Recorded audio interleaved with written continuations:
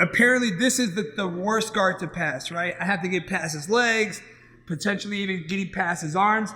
So technically, when you're looking to pass anybody's guard, you want to force half guard, right? Like this could be a form of half guard, but you want to force like a chest-to-chest half guard, right? That's kind of like what they talk about, right? So when you force something like a Z guard, you're technically forcing yourself to pass the hardest guard.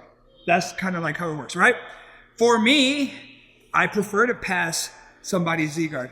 For me, instead of standing and potentially having people like get under my legs, I kind of like maybe take the percentages away by like dropping down to my knees. Or maybe if he was seated, I would work to maybe like put him on his back and then like shoot and force him to play like a Z guard, right? I kind of like sit on his ankle.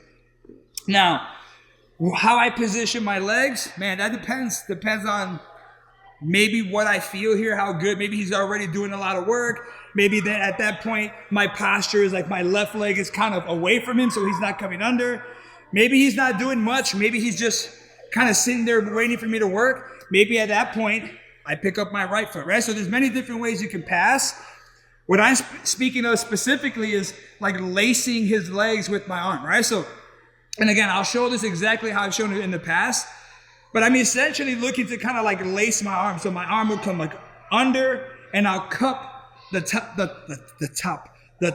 top of his thigh on the bottom leg, right? I was saying like top, right at the top of his bottom leg, right? So I'm doing this. It's almost like I'm touching my knuckles on the mat. And when I do this, I'll post up my left foot, and I'm looking to put some weight on this leg here, right? So the idea is like he's like pushing from the front, right? So if I'm like facing my partner, I'm probably pushing against that push, right? But I can like turn my body, so as he pushes, right now, yeah, don't push. I'm trying to say the word right.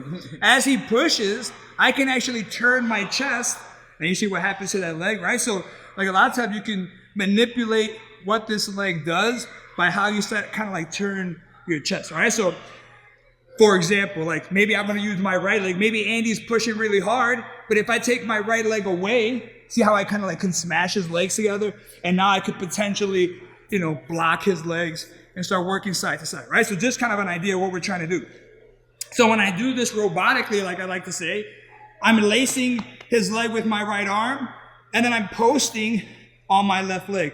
And again, there's just like a little shoulder lean that I do, right? So there's pressure, right? My head's here. I want to kind of like collapse his leg, right? So I'm going to take my head away and I kind of like shrug. See how I kind of bring his knee low? And then my right hand turns up like this, and I'm cupping that thigh. And what's going to happen is I'm going to try to climb a little bit closer to his hips, right? And then the moment I can kind of touch his hips, my right hand comes out and I place it along his back on the opposite side.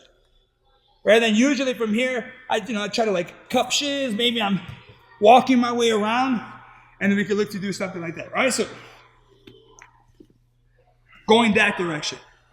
What we're working on, I'm doing a whole other technique. What we're doing now is going on this side, right? So as I post my foot, right, same type of motion, right? He's going to be hitting me resistance, right? We're going to take that moment to pop my foot on that top thigh, right? Usually this is the type of frames you're going to be dealing with. I don't mind this so much as opposed to this bottom hand. So my left hand will be potentially looking to grab this wrist, right? If I can, right? If not, it's going to just require a lot more speed, right? So I started off potentially forcing Z-guard. I laced his leg. I placed my foot on the mat. My foot's going to go on top of that thigh. Control the wrist. Watch my right knee. I slide towards his shin. You see that collapse? Right? So here's where people are going to start to mess up. My knee turns towards the shin. My hip's going to collapse, and you guys are going to want to do this. Right? And this is where by the time I turn up, boom, Andy probably squared up with me. Right? But what's going to happen is we're going to balance like little break dancers. Right? So I'm leaning. My knee turns, but nothing moves except my foot comes out. Boop. So now I have like some connection with the floor and Andy.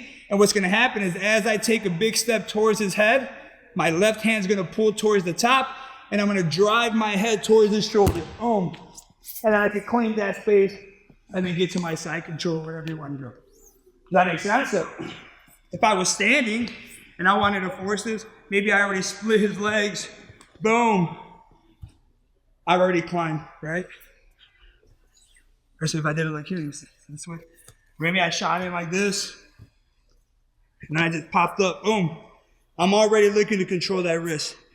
My knee slides, there's that step, boom. Right into side control. I'm gonna do it again. Watch what I'm doing with my hands. There's like a little variation where once I slide, my hand does this. And once I cup that top knee, as I step, I'm like throwing it past me, right? So start off like this, right? Controlling the wrist. My knee slides. Look at my right hand. Boop. I take my step, and I'm just like, boom, throwing this away. Like maybe I get it to where I turn his knees all the way, and then I get to a good side control, blah, blah, blah. Does that make sense? Let's mess around with that. Ready? 1, 2.